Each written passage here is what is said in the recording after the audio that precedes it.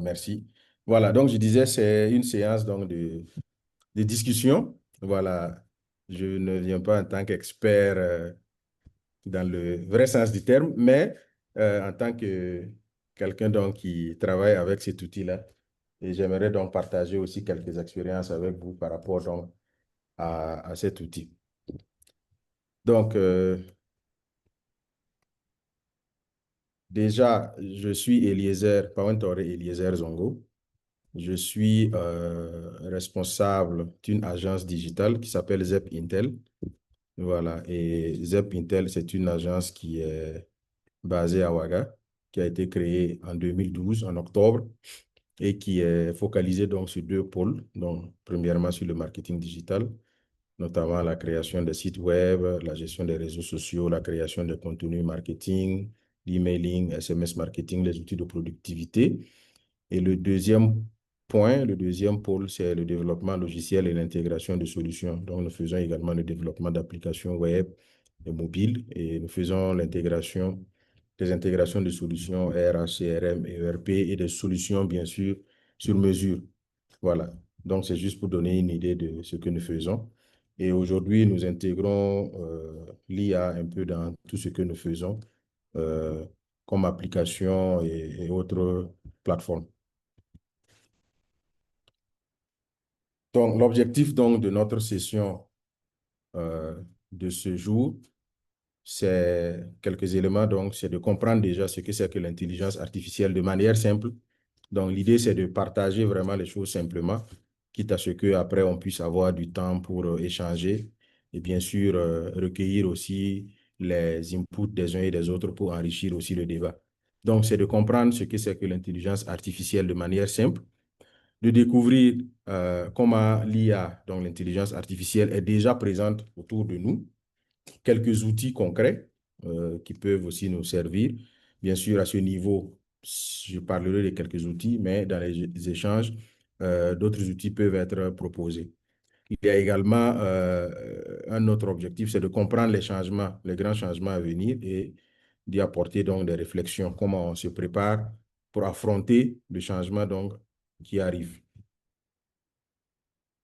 Dans le plan de la formation, pas de la formation, hein, je veux dire de la séance donc d'échange. Donc, c'est l'origine et l'évolution de l'intelligence artificielle en point 1, la définition de la définition simple et puis quelques types d'IA.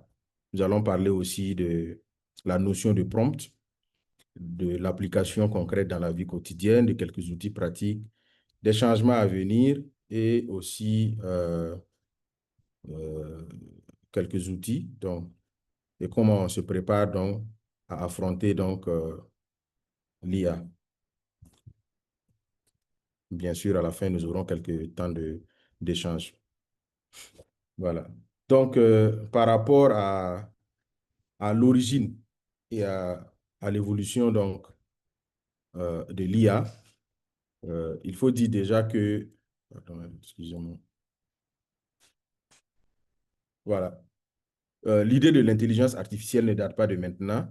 Voilà. Dans mes recherches, il a été retenu donc que le rêve d'une intelligence mécanique date depuis l'Antiquité avec les automates grecs. Et le terme intelligence artificielle, ce terme-là a été formulé depuis 1956 lors d'une conférence aux États-Unis, notamment la conférence de Dartmouth, où il a été retenu donc ce terme-là, intelligence artificielle. Et l'évolution de l'intelligence artificielle, il faut retenir juste trois grandes étapes. Euh, il y en a qui parlent de quatre étapes, on pourra en discuter. Donc, c'est déjà l'IA symbolique, donc depuis 1950 à 1980. Donc, c'est une intelligence qui est basée sur des règles, sur la logique. Par exemple, quand vous dites à un climatiseur, quand la température est à 25 degrés, il faut couper, il faut vous couper. Donc, et que le climatiseur se coupe, vous avez donc donné des instructions basées sur des règles. Et en fonction donc des règles et de l'environnement, euh, la machine donc va exécuter l'information par rapport donc à son environnement. Donc là, on va parler donc d'une IA symbolique donc qui est basée sur des règles et qui est basée sur de la logique. Après, nous passons à une deuxième vague, une deuxième grande étape, donc qui est l'apprentissage automatique. Vous entendez parler de machine learning, où l'IA va apprendre à partir des données. Voilà. Donc, à partir des informations, à partir d'une base de données, euh, l'apprentissage va se faire de façon automatique pour pouvoir répondre à des situations. Et la troisième étape, c'est l'IA générative. Donc, depuis 2020, on parle beaucoup de IA générative. Et c'est surtout cette IA aujourd'hui que vous allez constater un peu partout. L'IA qui permet de créer du contenu. Et quand on parle du contenu, c'est le contenu texte, c'est le contenu image, c'est le contenu vidéo, c'est la voix, etc. De façon simple, qu'est-ce que l'intelligence artificielle? Donc, une définition pas forcément académique, pas forcément une définition qui provient des livres, mais on peut dire que l'IA, c'est la capacité des machines à simuler l'intelligence humaine.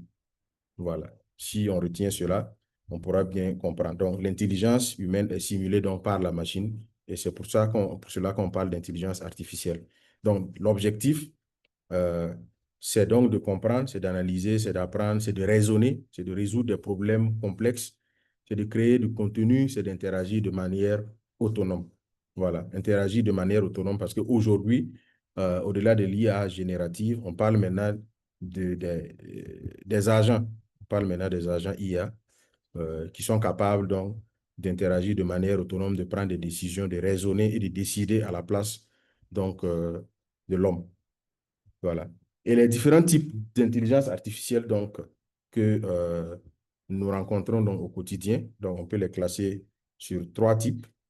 On a des IA faibles, IA étroites, donc qui sont spécialisées dans une tâche unique. Par exemple, quand vous utilisez le téléphone et vous parlez à Siri sur l'iPhone, ou bien par exemple, vous suivez par exemple des films sur Netflix et après vous avez des recommandations sur la base donc, de la façon dont vous suivez les films, etc. Ici, c'est de l'intelligence qui est basée sur une tâche. Voilà. C'est pas très fourni, mais c'est basé sur une tâche unique. C'est pas assez fourni en termes donc, de capacité et ça, c'est assez ciblé sur un domaine bien précis.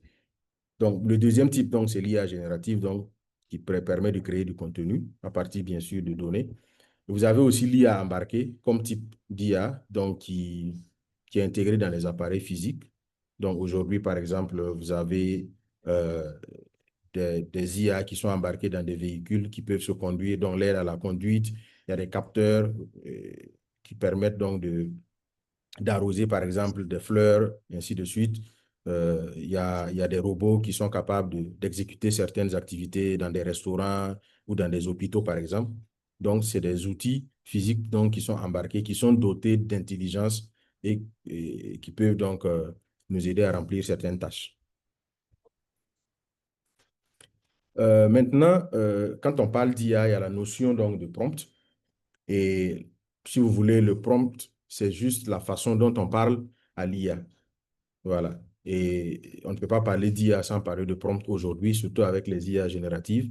Donc, on est obligé de parler à de l'IA, de donner des instructions à une machine et attendre de cette machine-là un retour par rapport donc, aux instructions qui ont été fournies. Donc, le prompt, l'idée du prompt, donc, c'est une instruction simplement que l'on donne à une intelligence artificielle dans le but d'obtenir une réponse ou bien d'obtenir une action. Voilà. Donc, on pose une question, on donne une consigne, on décrit un besoin, etc. Et on attend donc de l'IA des réponses.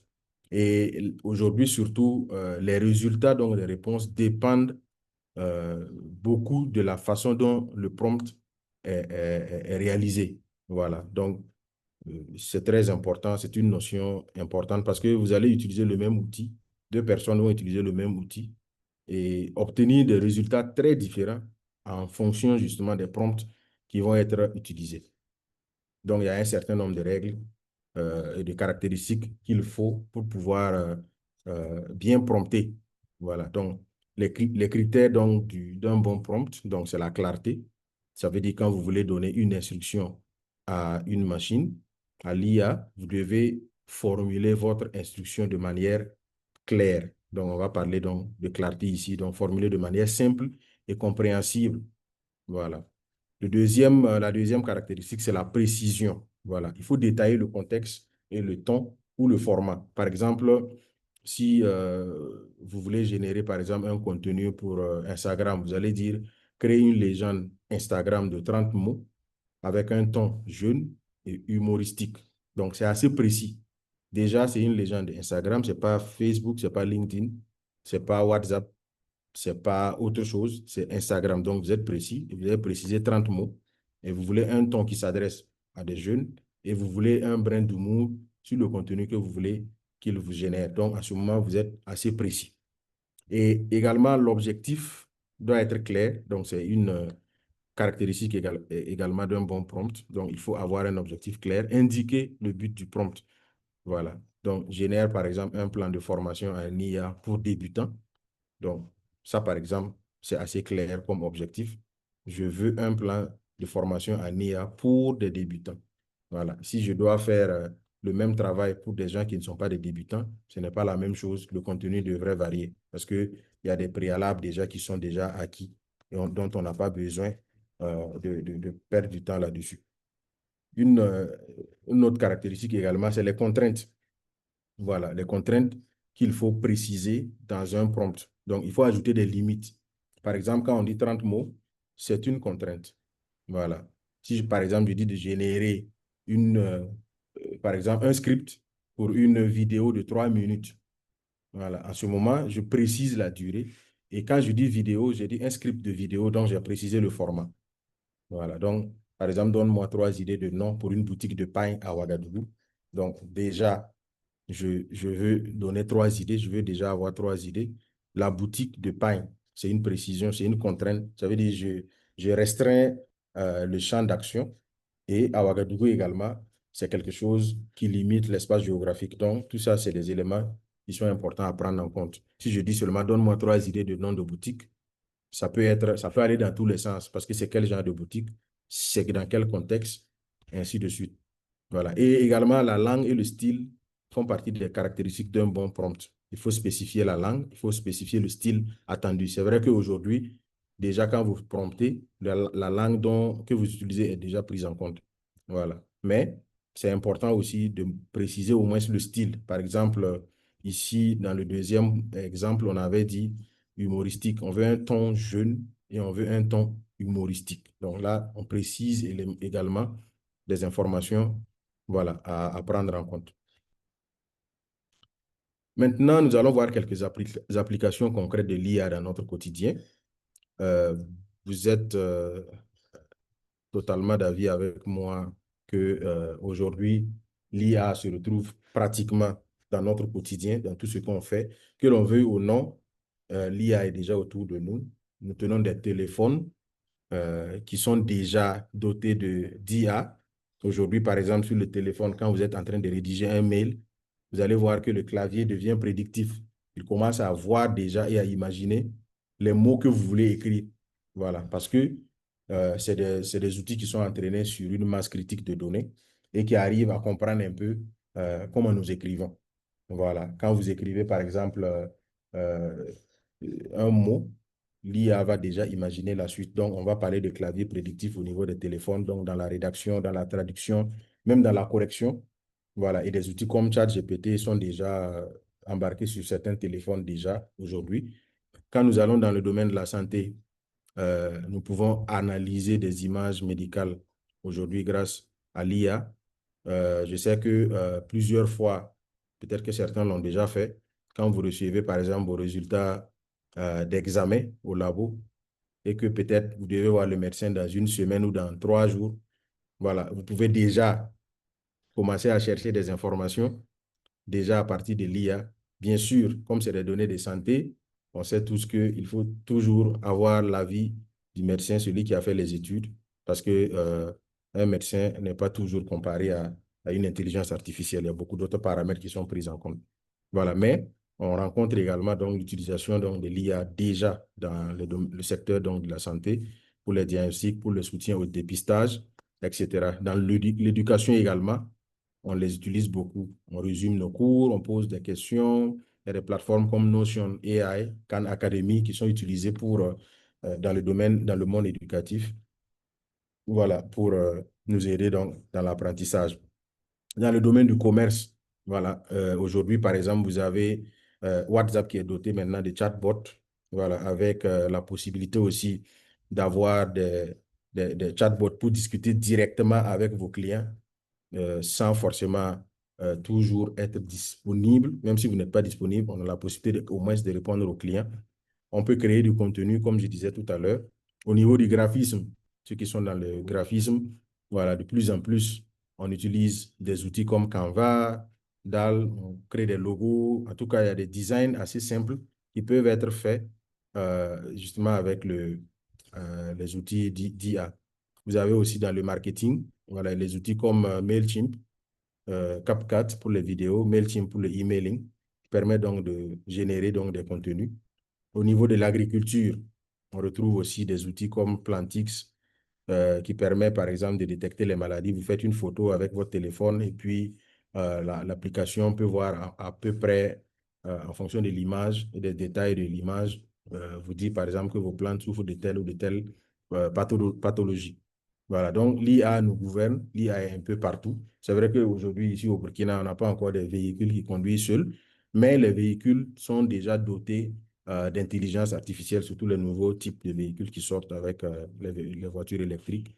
On rencontre beaucoup d'intelligence artificielle également, et même dans le fonctionnement des moteurs, c'est des éléments donc qu'on rencontre partout. Donc, que l'on veut ou pas, on est déjà dans l'ère de l'intelligence artificielle. Maintenant, comme j'avais dit à l'introduction, quelques outils. Je pense que j'ai 30 minutes, donc ça devrait aller. Quelques outils d'IA pratiques. Donc, j'ai listé ChatGPT, j'ai listé Canva AI, j'ai listé Gamma App et puis Plantix. Mais je vais juste survoler ces outils-là parce que vu le temps qu'on a, on ne peut pas aller en détail sur ces outils. Mais je sais que déjà, quand on dit ChatGPT, c'est quelque chose quand même qui résonne euh, chez tout le monde parce que c'est l'un des outils d'intelligence artificielle, donc l'IA générative, quand même qui est assez utilisé. Canva AI, certainement ceux qui sont dans le domaine du graphisme également l'ont déjà utilisé.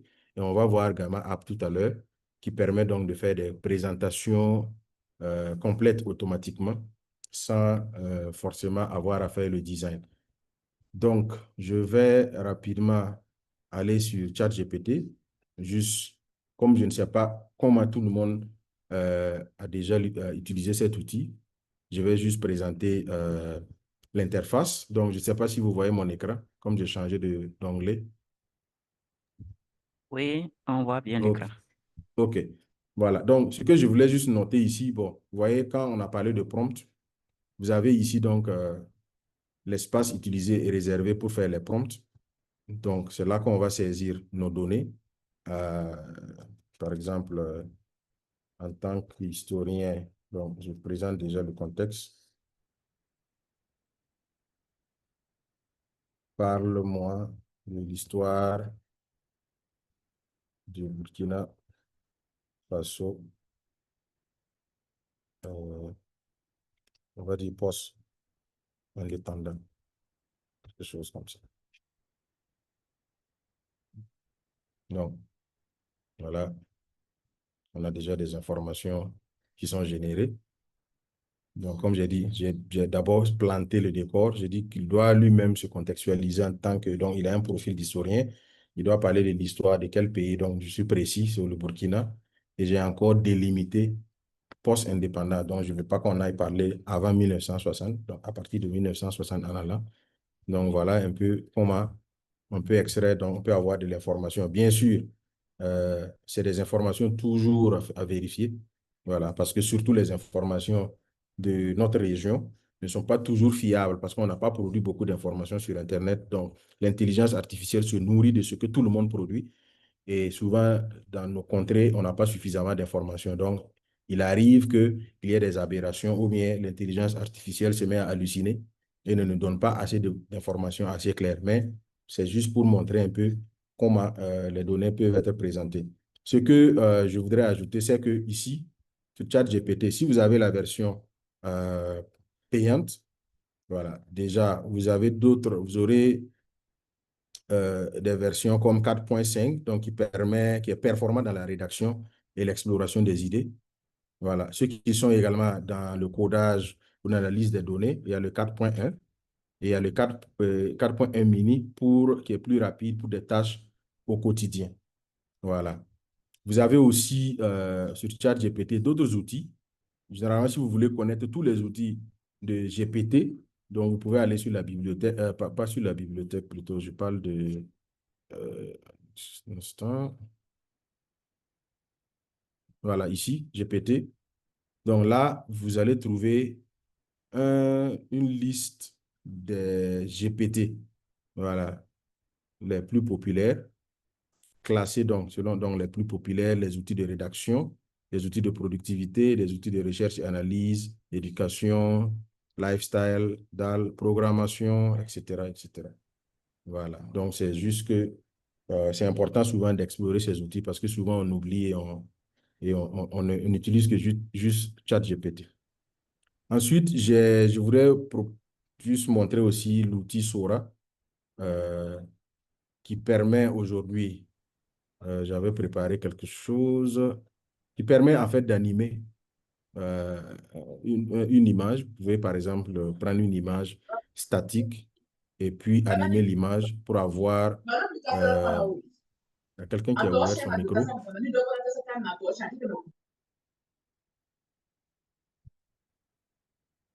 Donc, j'avais préparé une image donc, dans mes médias. J'ai uploadé une image ici. Voilà. Donc, j'ai trouvé une image de la place de la Nation, et plutôt la place des cinéastes, le rond-point des cinéastes de Ouagadougou. Et je vais essayer de créer une vidéo je vais créer une vidéo simple à partir donc, de cette image. Donc, j'avais un bouton ici, Create Video, voilà, où je peux donner le prompt de ce que je veux. Euh, je l'avais essayé en anglais, je vais donc dire d'animer, juste simplement. Et on va lancer notre prompt. Donc, une fois que vous envoyez, ça va prendre un peu, peut-être quelques minutes. Donc, ici, vous voyez la vidéo est en cours de création et va s'afficher une fois que elle sera prête. Peut-être juste pendant qu'on parle, je pense que ça ne prend pas beaucoup de temps. Voilà. On va peut-être retourner voir donc, les autres outils. Donc, vous avez par exemple d'autres outils au niveau donc, de ceux qui font le graphisme. Donc, il y a des outils qui permettent donc de faire des visuels. Récemment aussi, vous avez Codex qui s'est ajouté. Ça, c'est pour la programmation. Donc, ça permet même de connecter, par exemple, pour ceux qui font la programmation, de connecter cet outil-là à GitHub, par exemple, de sorte à ce que ça puisse vous aider un peu dans le style de copilote. Ça peut vous aider aussi dans la gestion donc, de code de la programmation. Donc, voyons si ce n'est pas fait. Pas encore. Donc, on va avancer avant de revenir sur cet outil, sur l'image qui est en train d'être, la vidéo qui est en train d'être générée. Le deuxième point, c'est Canva AI, donc qui permet de créer des visuels et des affiches et tout ce que vous voulez. Hier, Canva était juste simple. Aujourd'hui, Canva est doté d'intelligence artificielle, donc je vais l'ouvrir. Vous voyez déjà quand vous allez directement ouvrir Canva. Donc, après, vous pourrez l'installer pour ceux qui ne connaissent pas. Sinon, c'est un outil aussi qui est assez connu. Donc, qu'allez-vous créer aujourd'hui? Donc, vous allez décrire l'image que vous avez à l'esprit et je lui donnerai vie. Donc, je peux, par exemple, créer une affiche d'un concert. Je vais juste essayer. Hop, hop. Il est en train de créer donc voilà des visuels qu'on peut bien sûr après modifier. Voilà, mais toujours est-il que vous avez déjà un début pour au moins faire quelque chose. Voilà, donc c'est déjà un début. Voilà. Et après, maintenant, vous pouvez prendre les différents calques et autres et essayer de modifier. Voilà. Ensuite, un autre outil assez pratique, c'est gamma.app. Voilà. Gamma, c'est un outil qui permet aujourd'hui de faire des présentations complètes. Et ce que nous sommes en train de faire tout de suite, j'ai fait le design de la présentation de ce que je suis en train de vous montrer avec gamma.app. Voilà, donc c'est une plateforme. Je vous montre un peu comment ça fonctionne. Gamma.app. Donc, voilà comment ça présente. Donc, voilà. Donc, pour créer quelque chose, je peux aller ici pour coller mon texte, ou bien je peux carrément importer mon fichier et lui dire, par exemple, si j'ai un fichier Word et je veux créer un fichier PowerPoint, je peux juste uploader mon fichier Word et lui dire de créer la vidéo et la présentation PowerPoint. Je peux même lui demander de générer du contenu lui-même. Voilà, c'est vrai qu'en ce moment, c'est un peu fastidieux parce que souvent, bon, le contenu n'est pas toujours ce qu'on veut, mais je vais essayer, par exemple. Donc, j'avais dit l'histoire du Burkina. Je ne sais pas s'il va s'en sortir. Burkina Faso, post-indépendant. Voilà.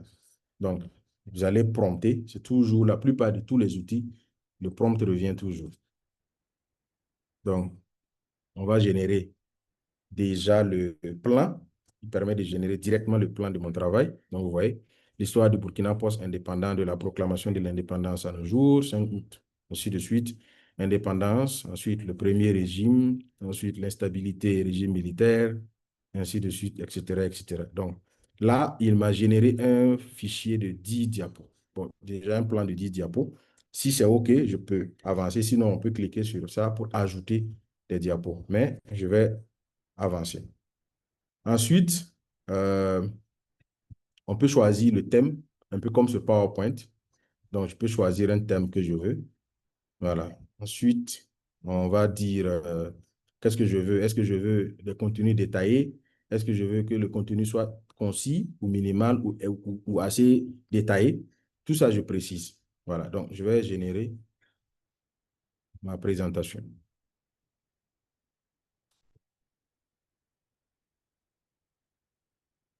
Voilà. Donc, je suis en train de générer. Donc, vous voyez déjà l'histoire du Burkina post-indépendant.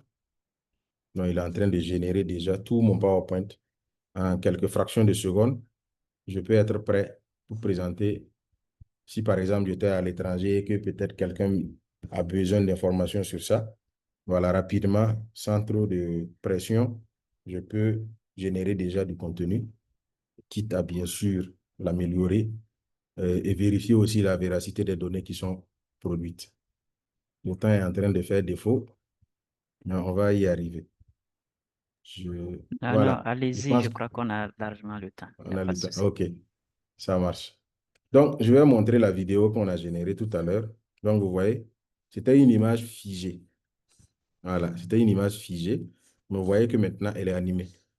Voilà. Donc, ça, par exemple, c'est quelque chose qui est maintenant dans ChatGPT qu'on peut utiliser. Bien sûr, sur ChatGPT, on peut même créer des images aussi en utilisant des prompts également.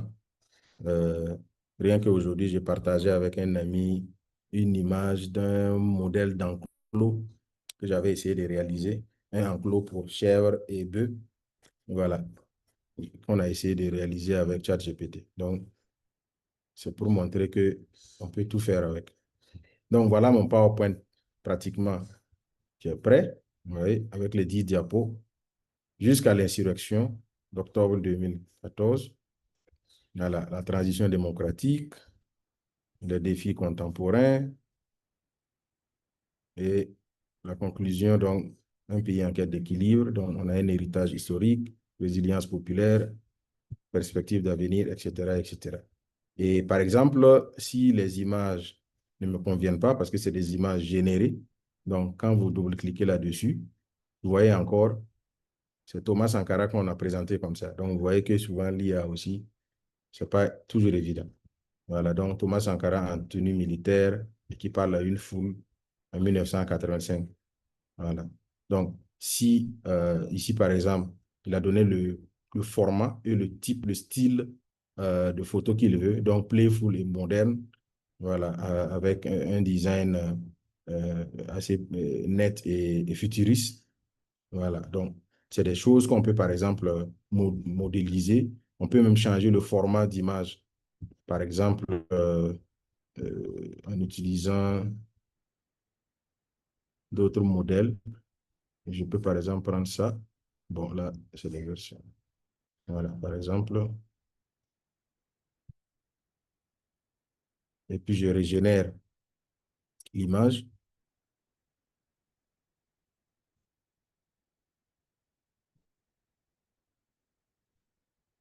Voilà, bon. Ça, une autre image.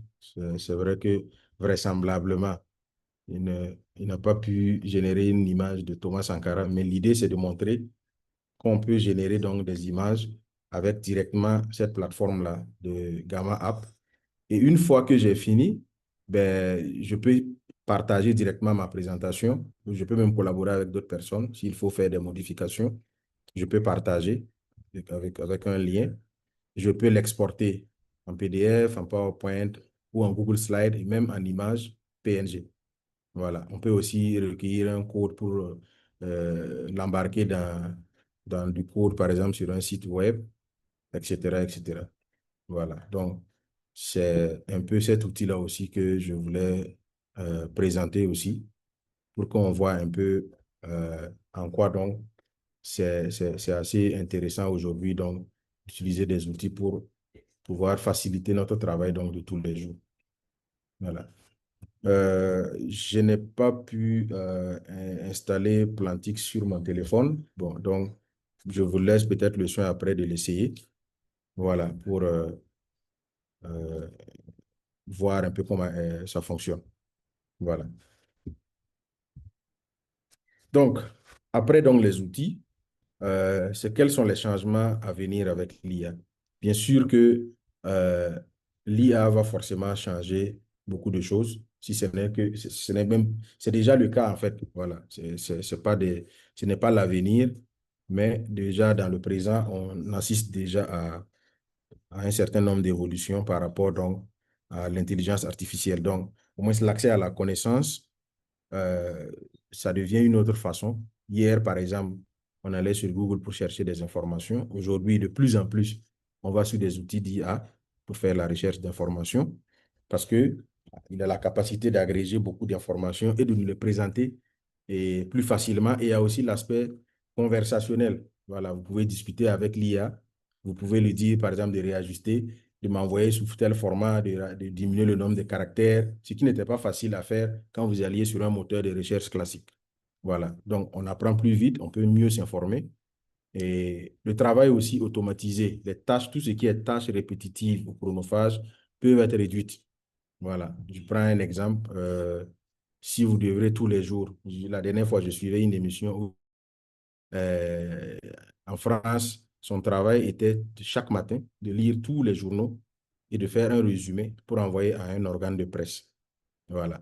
Et avec l'IA, on était obligé de la laisser tomber parce que ce travail-là, elle prenait toute la journée pour le faire.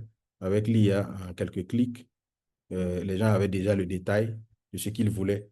Donc, du coup, forcément, on n'a plus besoin d'elle pour faire le travail. Donc, c'est pour dire que tout ce qui est tâches automatisées, tâches répétitives, on peut rapidement passer à d'autres outils pour pouvoir avancer. Si vous avez un fichier PDF avec beaucoup d'informations, ce qui est intéressant souvent, c'est que l'IA n'a pas besoin qu'on structure clairement les informations. Vous pouvez lui donner un fichier PDF et il va exporter des données pour les mettre, par exemple, sous format Excel, ainsi de suite, ainsi de suite. Voilà. Il y a la création assistée, on a parlé de ça tout à l'heure. Donc, l'IA va nous permettre de rédiger, de dessiner, de monter des vidéos sans compétences techniques.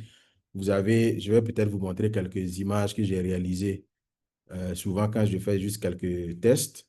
Voilà, je vous montre, voilà, j'ai par exemple pris de façon d'Anfani, j'ai demandé de me créer des images, par exemple, voilà, un couple burkinabé, avec une femme qui est assise, avec un sac, ainsi de suite, ainsi de suite.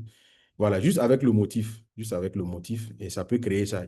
Donc, vous voyez que, par exemple, il y a le travail de mannequinat est menacé aussi, parce que, et même des studios, parce que là, je lui ai dit, par exemple, je veux que ce soit dans un un endroit, un studio, style studio. Donc, il a essayé de générer l'image en tenant compte, bien sûr, de tous ces détails-là. Voilà. Donc, je vais vous montrer, oui, l'image de, voilà. Vous voyez, par exemple, des modèles d'enclos pour animaux. C'est généré par IA. J'ai juste essayé de faire quelques prompts, par exemple, pour avoir des plans de maison. C'est généré directement à partir de mon IA. Voilà, de mon chat GPT plutôt. Et ça montre vraiment qu'on peut faire beaucoup de choses donc, avec l'intelligence artificielle. Voilà. Donc, déjà, on peut créer, il y a la création qu'on peut faire. Ça va assister aussi ceux qui créaient déjà.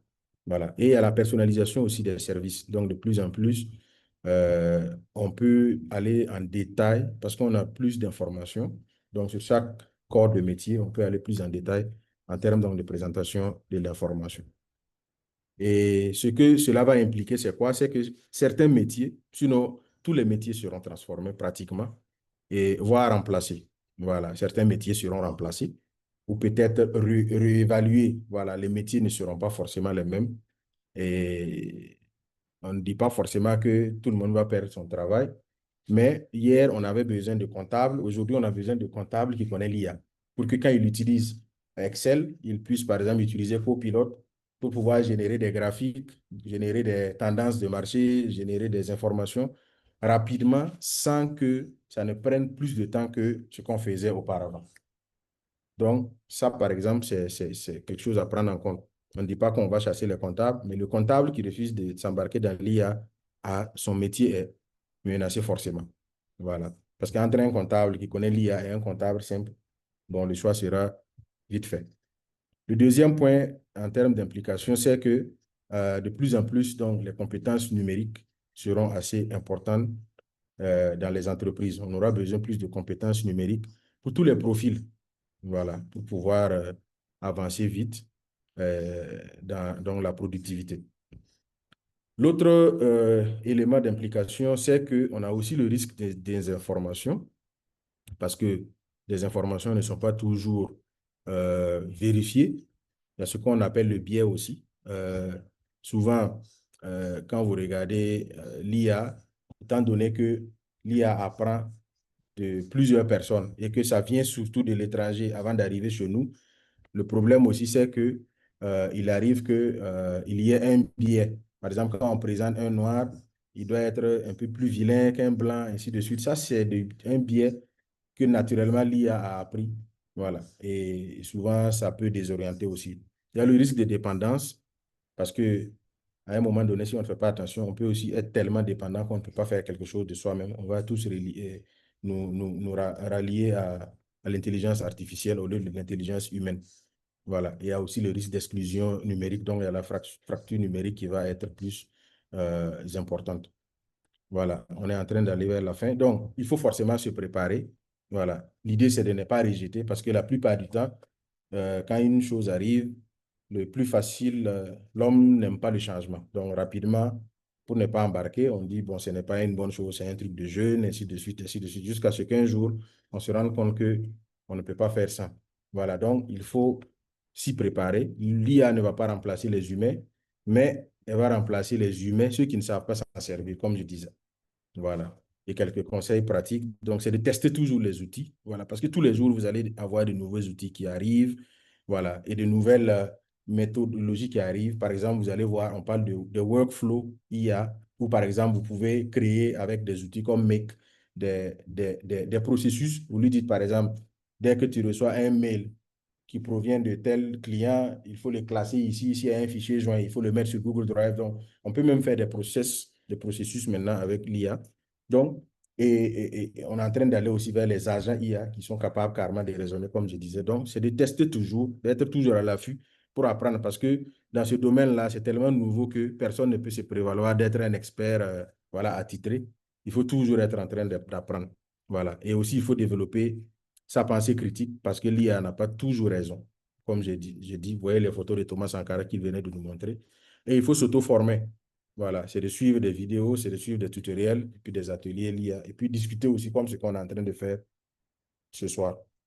Voilà, donc en conclusion, avant qu'on ne passe donc au temps d'échange, donc c'est que l'IA, c'est un outil, bien sûr, qui va révolutionner la façon dont on travaille. Donc, ce n'est pas forcément un outil magique, mais s'il est bien utilisé, ça devient un outil puissant entre nos mains et qui peut nous permettre de gagner en temps, de gagner en productivité et de pouvoir prendre donc de l'avance sur les autres. Voilà, donc je voudrais dire merci. Donc voilà ce que j'avais un peu à dire. Merci pour votre attention. Je reste disponible pour les échanges, bien sûr, les apports et aussi les questions et commentaires et tout ce qu'il y a comme réflexion à partager. Merci pour votre attention. Merci beaucoup à Monsieur Zongo pour cette brillante présentation.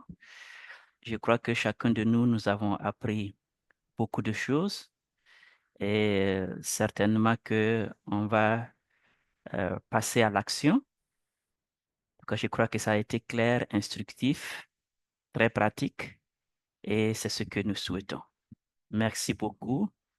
Donc, nous allons ouvrir alors la place pour les questions et les contributions. Donc, levez simplement la main. N'hésitez pas, comme il a dit, c'est des moments d'échange, de partage. Et l'objectif aussi de cet espace-là, c'est que nous puissions nous enrichir mutuellement. Donc, si vous avez quelque chose à ajouter, n'hésitez pas. Nous apprenons, c'est tellement vaste. Et quand on parle d'IA, il n'a fait que l'introduction. Et si vous prenez un seul aspect, ne serait-ce que ChatGPT, euh, c'est carrément un cours complet qu'il pourra vous donner. Peut-être même en une semaine, il ne finira pas. Donc, c'est le temps des questions, des contributions, des appréciations. Tout ce que vous avez à dire, c'est la bienvenue. On est ici dans la famille du numérique, de l'univers digital. Donc, sentez-vous libre.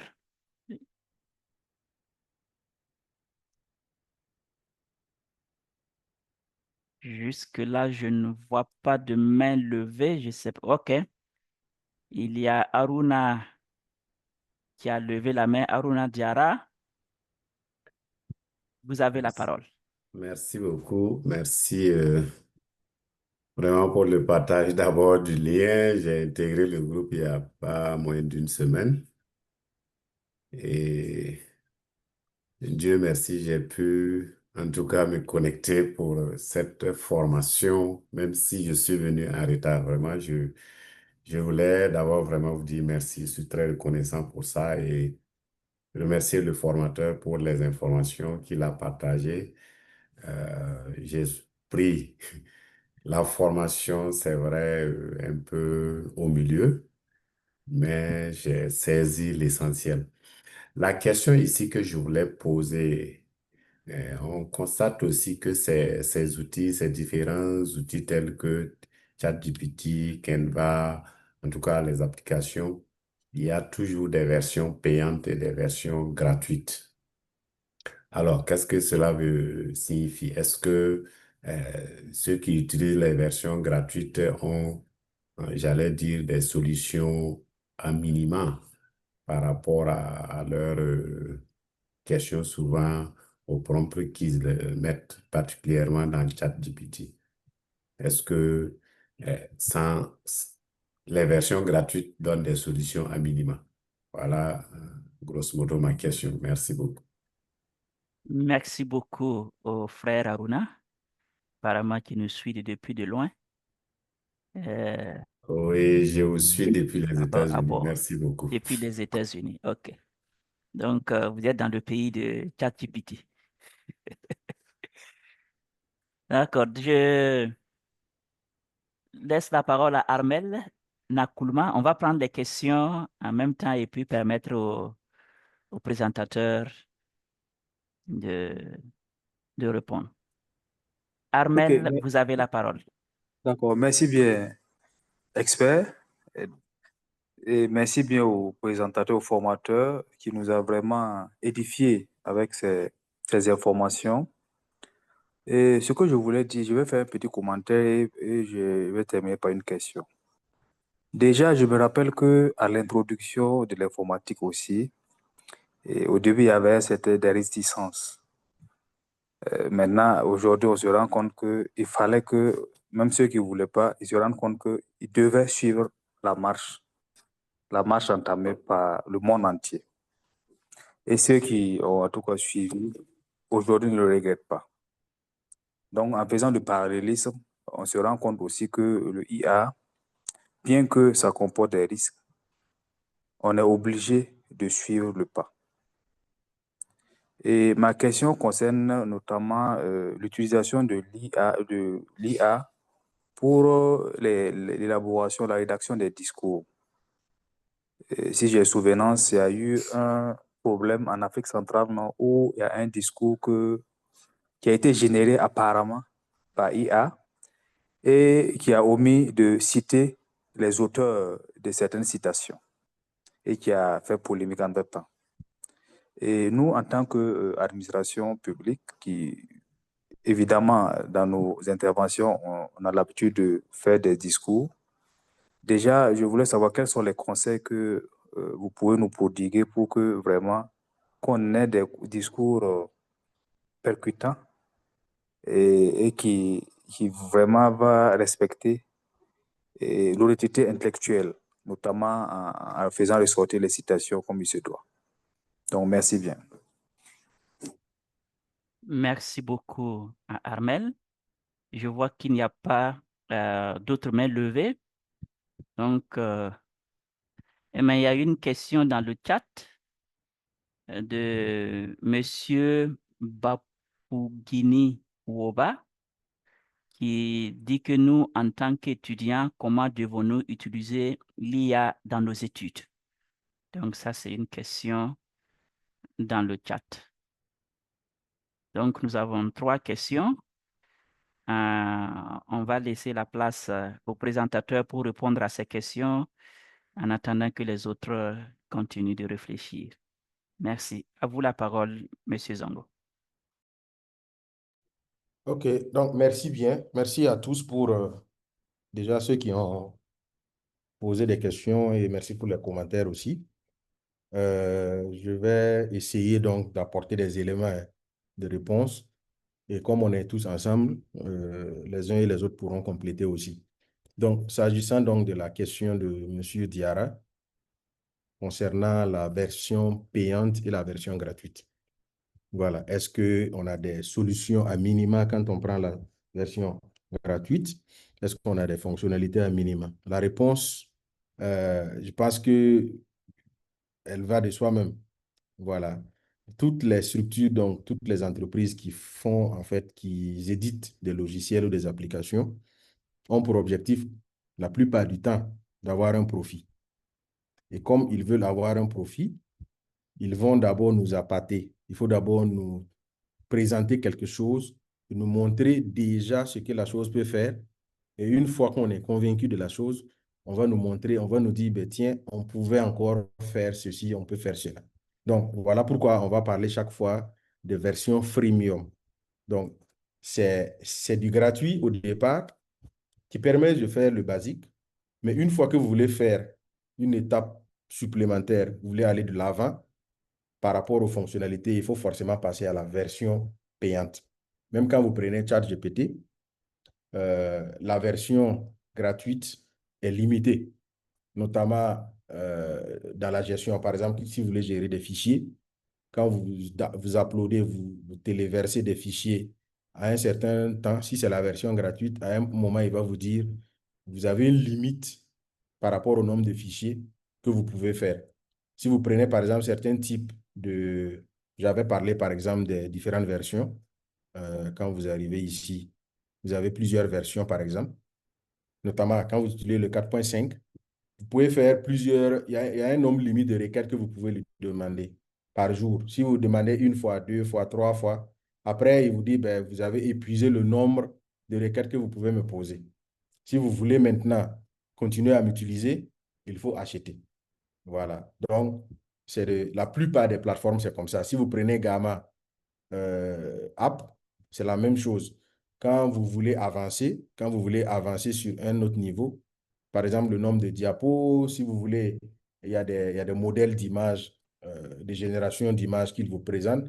Quand vous voulez aller sur la version gratuite, vous n'allez pas les avoir là-bas. Il faut payer pour pouvoir les utiliser. Donc, oui, les plateformes, la plupart du temps, offrent un nombre limité de fonctionnalités pour la version gratuite.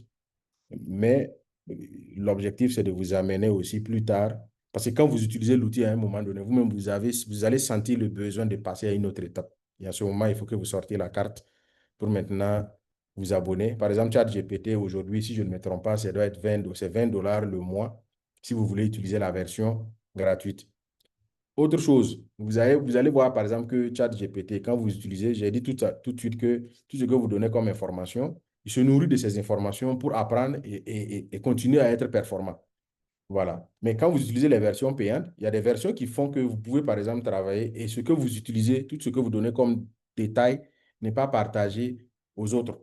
Voilà, ça vous assure une certaine sécurité aussi de vos informations. Voilà, mais là, la version gratuite ne l'a pas. Voilà. Par rapport à la deuxième question, effectivement, de M. Nakoulouma, oui, le commentaire est totalement pertinent.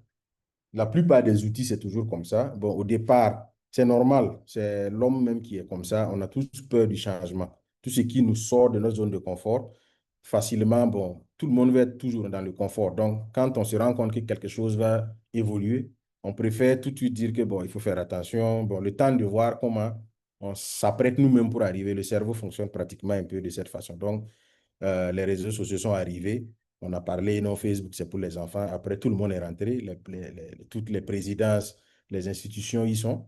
Après, TikTok est arrivé. On a dit, non, ça, ce n'est même pas, c'est juste un truc d'enfant. Aujourd'hui, tout le monde y est encore. Donc, ça fonctionne un peu comme ça. Et l'IA ne va pas échapper donc, à cette dynamique aussi. Donc, je suis parfaitement d'avis. Il faut suivre le pas et surtout s'apprêter. Il faut être prêt pour embarquer dans le changement. Voilà, parce que sinon, on va rester derrière et puis bon, on ne pourra pas avancer. Il y a quelqu'un qui me disait une fois qu'un de ses profs leur a dit que les étudiants qui utilisent un ordinateur pour soutenir, là, ils ne sont pas bons. Un bon étudiant doit tout écrire.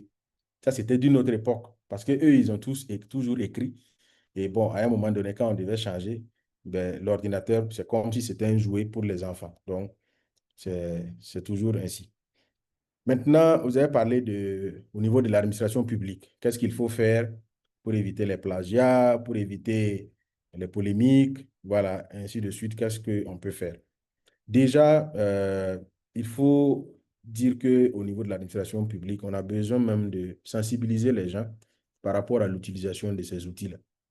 Je disais tout à l'heure que ChatGPT, quand vous mettez des informations sur ChatGPT, il apprend de ces informations et il devient un relais pour les autres. Si vous mettez des données, je prends un exemple. Vous êtes comptable au niveau de la fonction publique et puis vous prenez le fichier Excel, la base de données de traitement des salaires de Burkinabé et puis vous mettez sur ChatGPT, vous dites de faire une analyse. Le risque, c'est quoi? ChatGPT va, si vous n'avez rien fait et vous mettez le fichier tel qu'il est, avec nom, prénom, ainsi de suite, les indemnités des gens, ainsi de suite, ChatGPT risque d'apprendre ça. Et demain, si on ne fait pas attention, il y a ce qu'on appelle, il y a un truc qu'on appelle Dark GPT, les données dans le monde noir aussi. Voilà, le marché noir. Des gens peuvent, par exemple, extraire aussi des informations à caractère personnel ou en tout cas des données confidentielles peuvent fuiter si au niveau de l'administration, on ne fait pas attention. Et même dans les entreprises, si vous prenez par exemple votre stratégie ou bien votre plan d'action sur les 5 années à venir et puis vous mettez sur ChatGPT, vous risquez d'avoir des problèmes parce que si votre concurrent suit bien, il peut aussi sniffer quelques informations si vous les laissez dans le domaine public. Donc, ce qu'il faut faire souvent, déjà pour cet aspect, c'est d'aller vers des outils, par exemple, si c'est ChatGPT, d'aller vers l'option où vous avez la possibilité d'avoir un chat privé où vos données ne sortent pas. Ça, c'est un. Mais il faut même, ce qu'on conseille, c'est d'anonymiser les données. Voilà, par exemple, au lieu de mettre le nom et le prénom de la personne, on peut par exemple anonymiser, avoir un système où on met peut-être XY, de sorte à ce qu'on ne peut pas rattacher les informations avec des données à caractère personnel des individus. Maintenant, par rapport à la partie discours pour éviter les plagiats, justement, et si vous vous rappelez, quand on a parlé du type de prompt. Je pense que ça peut aider aussi. Il faut être précis dans le type de prompt que vous voulez. Si vous dites par exemple à ChatGPT, dans le discours, de proposer des citations, vous pourrez lui dire par exemple et de préciser l'auteur de ces citations. Voilà, je peux dire par exemple dans le discours de clôture de tel événement, de tel ministère qui va se faire tel jour. Voilà, je veux un discours qui, dans un premier temps, va reprendre un peu le point de la cérémonie. Ensuite, qui va... il faut être assez précis. Voilà, il y a quelqu'un qui a dit que ChatGPT, c'est comme l'IA en général, il étend nos limites. Voilà, il ne vient pas forcément nous rendre un peu, forcément plus intelligents. Voilà, il faut d'abord savoir où est-ce qu'on veut aller. Et ChatGPT va nous aider à aller là-bas. Si vous voulez aller à Bobo et puis vous prenez la route de Dédougou, ChatGPT va vous tirer, aller rapidement à Dédougou, mais la destination n'est pas Bobo. Donc, il faut être précis aussi dans ce qu'on veut. Donc, c'est pour ça qu'il faut avoir toujours l'esprit critique. Normalement, pour faire un discours, il faut quand même peut-être prendre une feuille et puis un bic et puis essayer déjà qu'est-ce qu'on veut ressortir dans le discours. On peut déjà les noter.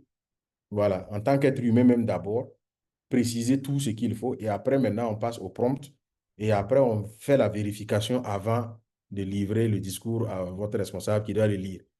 Voilà, donc c'est ce que... Souvent même, vous pouvez extraire le discours et puis le remettre sur ChatGPT pour lui demander, par exemple, de vérifier le discours ou de l'analyser le discours pour voir les points forts, les points faibles, de donner des suggestions, ainsi de suite. Vous pouvez lui demander tout ça et il va aussi le reprendre pour vous.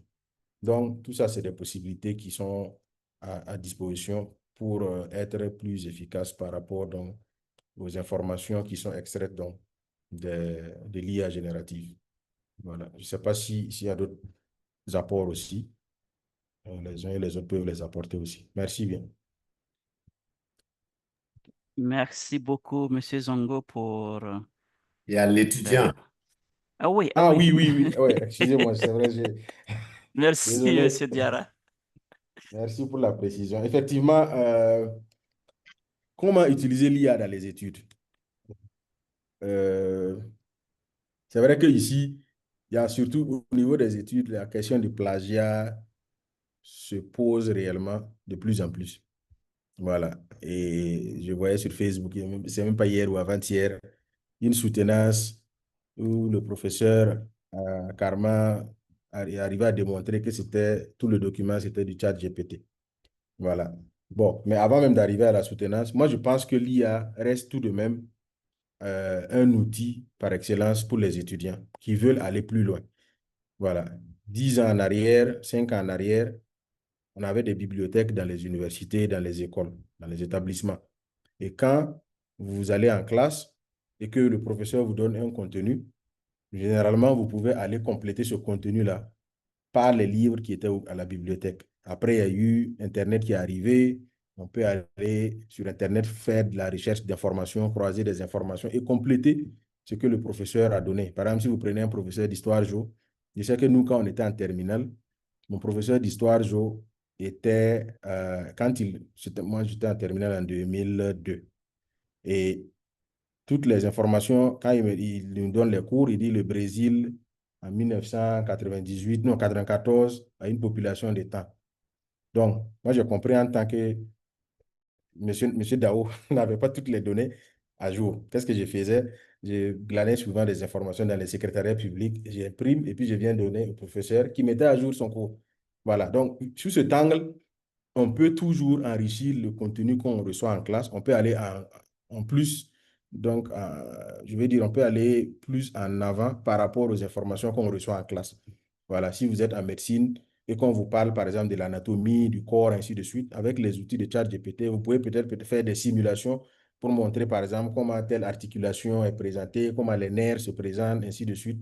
On peut aller encore plus en profondeur pour mieux comprendre son cours. Moi, je vois cet aspect-là comme un élément très important quand on est étudiant, parce qu'on étudie pour comprendre, pas juste pour faire les devoirs. Voilà. Maintenant, ce qu'il ne faut pas faire, c'est de prendre les outils d'IA pour nous remplacer et devenir paresseux. Par exemple, on vous donne un travail de maison à faire, vous arrivez, vous copiez le sujet que le professeur a donné et puis vous plaquez et vous attendez que l'IA vous génère les réponses En ce moment, je pense qu'on est en train de passer à côté un peu de ces études. Donc, je pense que c'est ce qu'il ne faut pas faire.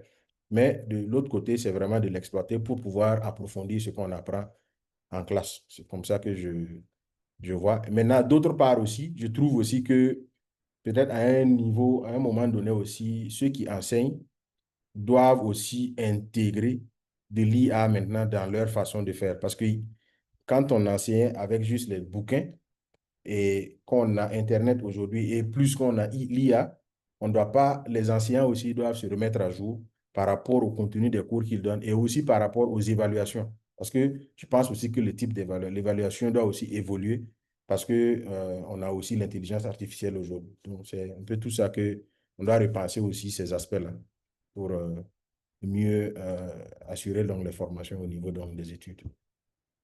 Merci. Merci beaucoup. En tout cas, merci. Je crois que nous sommes en train de cheminer vers la fin de notre rencontre. Donc, aujourd'hui, nous avons parlé de l'intelligence artificielle et on a vu ses applications dans la vie pratique. On a vu des cas pratiques qui peuvent être utiles aux uns et aux autres. Et je voudrais m'attarder sur les contributions des uns et des autres. Il y a Nakulma qui nous dit qu'il faut qu'on embarque. C'est ce que le formateur nous a également dit. Donc, mon conseil, c'est de ne pas gaspiller nos forces à vouloir nous opposer au changement. Ça serait, je me dis que c'est quand même une lutte perdue d'avance. Il faut se préparer, il faut tirer le meilleur de ce que nous avons de ces outils-là. Et la meilleure façon, c'est de se former. Malheureusement, il y a tellement d'informations, de vidéos, de trucs qui sont disponibles que quelquefois même pour se former, on se perd. Mais bon, il faut y aller. Ça, c'est en tout cas ce que j'aurais fait comme commentaire. Et le formateur nous a dit que c'est ces IA-là étendent nos limites. Ils étendent, nous permettent de travailler plus vite, de travailler mieux, etc. Mais il faut que nous-mêmes, nous ayons d'abord des bases. Si on n'a pas les bases, on ne peut pas vérifier que les informations que nous recevons, quelques informations ne sont pas justes ou adaptées. Donc, ce soir, nous sommes à la 3e rencontre, partenariat en ligne. Aujourd'hui, nous travaillons sur l'intelligence artificielle. Et le prochain webinaire serait sur le e-commerce. Et après cela, on va évaluer, voir comment on va évoluer. Donc, j'ai mis dans le chat pour ceux qui n'ont pas encore rejoint une minute. Ceux qui n'ont pas encore rejoint notre groupe WhatsApp et qui sont intéressés, ils peuvent voir le lien dans le chat. Et comme vous voyez, il y a des besoins de formation. On ne pourra pas malheureusement donner tout lors d'un webinaire d'1 heure parce qu'on ne veut pas aussi vous tenir beaucoup plus longtemps que ça. Mais quand même, je crois qu'on est en train de préparer un certain nombre de formations, que ce soit à mon niveau ou au niveau des autres partenaires.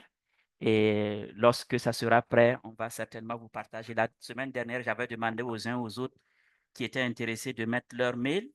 Donc, ceux qui n'ont pas encore mis leur mail, vous pouvez les ajouter dans le chat aujourd'hui. Et lorsqu'on aura rassemblé un certain nombre de formations, on vous partagera. Ceux qui sont intéressés vont s'inscrire. Mais je crois que ça ne sera pas gratuit. Ça risque d'être comme ChatGPT, version gratuite et version payante en fonction justement de la source, des efforts qui seront mis et de l'accompagnement qu'il y aura derrière pour y arriver. Mais je crois qu'on n'a pas le choix. Il faut qu'on y aille et celui qui se lève tôt sera certainement parmi ceux qui vont tirer le meilleur. Et bien sûr, il y a déjà la possibilité que nous-mêmes, nous puissions exploiter ces outils-là pour créer nos propres intelligences artificielles. dans nos entreprises, dans nos congrégations, etc., pour justement les entraîner à parler le langage que nous voulons. Mais bon, tout ça, il faut qu'on apprenne comment le faire. Mais aujourd'hui, c'était une introduction et merci à chacun de vous qui avez pris le temps de participer. On espère qu'on aura l'occasion encore la semaine prochaine, Dieu voulant, d'aborder un autre thème, notamment le e-commerce. Mais comme je le dis, ce n'est pas en 1 heure qu'on peut épuiser cette question-là, mais quand même, ça nous permet d'avoir des débuts, des pistes de solutions et permettre à ceux qui veulent aller plus loin de pouvoir aller plus loin. Aujourd'hui, on a presque tout sur Internet avec les vidéos et autres. Quelquefois, on a besoin seulement peut-être de quelqu'un pour nous guider à savoir qu'est-ce qu'il faut prendre pour aller plus vite, qu'est-ce qui est vrai, parce que autant il y a de bon, il y a de vrai, il y a aussi du faux, il y a aussi beaucoup de choses qu'il ne faut pas prendre telles quelles. Comme on le dit, avec l'intelligence artificielle, il y a la possibilité de désinformation et du faux qui circulent facilement. D'accord. Donc, merci beaucoup. Merci encore. Ce fut vraiment un réel plaisir et j'espère que on ne vous a pas déçu et qu'on aura l'occasion de se retrouver encore la semaine prochaine. Donc, et je vous dis bye bye et à la prochaine. Merci beaucoup.